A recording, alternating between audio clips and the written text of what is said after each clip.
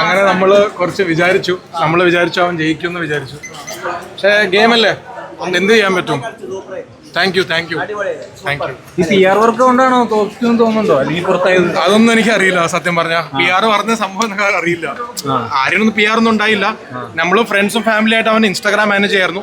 പിന്നെ വേറെ ഒന്നും അറിയില്ല സത്യം പറഞ്ഞ. പക്ഷെ ആര് നന്നായിട്ട് ഗെയിം കളിച്ചായിരുന്നു. ഇപ്പൊ ലാസ്റ്റത്തെ കാറിന്റെ ഗെയിം ആയാലും ഫസ്റ്റ് ആയിരുന്നായിരുന്നല്ലോ മുൻകൂട്ടി നിന്നത്. അതെ, അവൻ എല്ലാം ടാസ്ക് എല്ലാം അടിപൊളിയായിട്ട് ജയിച്ചു. പ്രേക്ഷകരുടെ സ്നേഹം കിട്ടിയെന്നാണ് എനിക്ക് തോന്നുന്നത്. എല്ലാം നല്ലതിന് വേണ്ടിയാണ് നമ്മൾ വിചാരിക്കുന്നത്.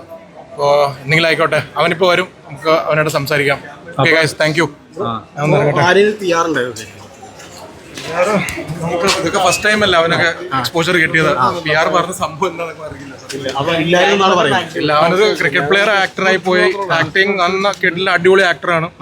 അവനിപ്പോ ചാൻസ് കിട്ടുവാണെങ്കിൽ നന്നായിട്ടും ചെയ്യുന്നൊരു ആഗ്രഹമുണ്ട്. ഇപ്പോൾ നമ്മളെ ഈ PR ഗെയിംസോ വോട്ട്സോ അങ്ങനെ എന്തോ നമുക്കൊന്നും അറിയില്ല സത്യം പറഞ്ഞാൽ. അവൻ ഓണസ്റ്റായിട്ട് അവൻ കളിച്ചു പോയി. അവൻ എന്താണ് അവൻ അവിടെ റിയാലിറ്റി അവൻ കാണിച്ചു കൊടുത്തു. റിയാലിറ്റി ഷോയിൽ റിയാലിറ്റി ആണ് കാണിക്കേണ്ടത്. ആ ഒരു റിയാലിറ്റി അവൻ കാണിച്ചു. ചിലവർക്ക് ഇഷ്ടപ്പെടും, ചിലവർക്ക് ഇഷ്ടപ്പെട്ടില്ല. Part of life. ഒരു അലിഗേഷൻ വരുന്ന PR-ന് കൊടുത്ത പൈസ കുറഞ്ഞുകൊണ്ടാണ് ഈ ഒരു PR ഉണ്ടെങ്കിൽ നമ്മളിപ്പോ അവിടെ ഉണ്ടായിരുന്നല്ലേ. PR ഇല്ലാത്ത കാരണമല്ല നമ്മൾ പുറത്തേക്ക് വന്നത്. അനീഷോ, എനിക്ക് എല്ലാവരുടെ ഒരു അങ്ങനെ എല്ലാവരും അടിപൊളി, എല്ലാവരും ഗെയിമല്ല കളിക്കണേ. അവർ ചിലപ്പോൾ പുറത്ത് വേറെ ഒരു പേഴ്സണാലിറ്റി ആയിരിക്കും, ഗെയിമിന്റെ അകത്തൊരു വേറെ പേഴ്സണാലിറ്റി ആയിരിക്കും. അതൊരു ഗെയിം പ്ലാൻ ആയിട്ട് നമുക്ക് ചിന്തിക്കാൻ. Thank you guys. മൊത്തത്തിൽ ബിഗ് ബോസ് ഒരു PR ഒരു കളിയായിട്ട് മാറിയോ? ഇല്ല, എനിക്ക് തോന്നുന്നില്ല. ബിഗ് ബോസ് ഒരു നല്ല ഷോ ആണ്. ഇത് നമ്മള് ഡ്രാമ കളി അല്ലാണ്ട് നമ്മൾ കാണുന്ന രീതിയിൽ ഭയങ്കരമായിട്ട് സൈക്കോളജിക്കൽ ത്രില്ലർ പോലെയാണ്. നമ്മൾ സൈക്കോളജിക്കലി 100 ദിവസം ഒരു വീടിനകത്ത് നിൽക്കുമ്പോൾ ഒരു മനുഷ്യന്റെ ഒരു മെന്റാലിറ്റി, ഒരു മെന്റൽ സ്റ്റേറ്റ് ഒന്ന് ആലോചിക്കണം.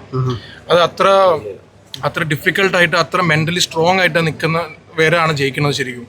അപ്പോൾ ഇതൊരു ഫെയർ ഗെയിമാണെന്ന് ഞാൻ വിചാരിക്കുന്നത്. ഫെയർ ഇല്ലായിരിക്കും. അപ്പോൾ നമ്മുടെ കയ്യിലില്ലാത്ത സാധനങ്ങൾ നമുക്ക് ആലോചിച്ചിട്ട് കാര്യമില്ല. കയ്യിലുള്ള കാര്യങ്ങൾ ആലോചിക്കുക. ഈ ഫെയർ ഗെയിമിൽ ആര്യന്റെ എവിക്ഷൻ അൺഫെയർ ആയിട്ടാണ് എല്ലാവരും പറയുന്നത്. അപ്പോൾ അതിനെക്കുറിച്ച് എന്താ പറയുക? അത് ആൾക്കാരുടെ ഒരു അഭിപ്രായമായിരിക്കും.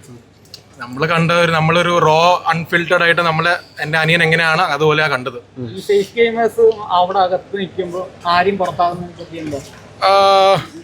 ഫേക്ക് ഗെയിമേഴ്സ് ആരാന്ന് എനിക്ക് അറിയില്ല.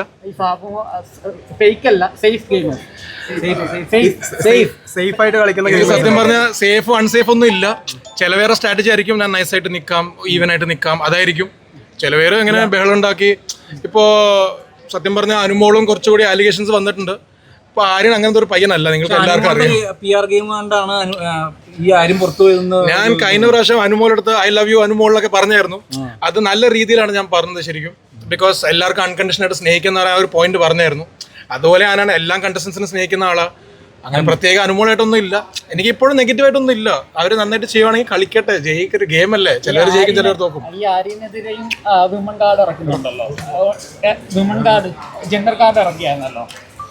ജെൻഡർ കാർഡ് നമുക്ക് ലൈഫിൽ എവിടെ പോയാലും ഏത് സ്റ്റേറ്റിൽ പോയാലും അത് ചിലപ്പോൾ ആൾക്കാർ കളിക്കും.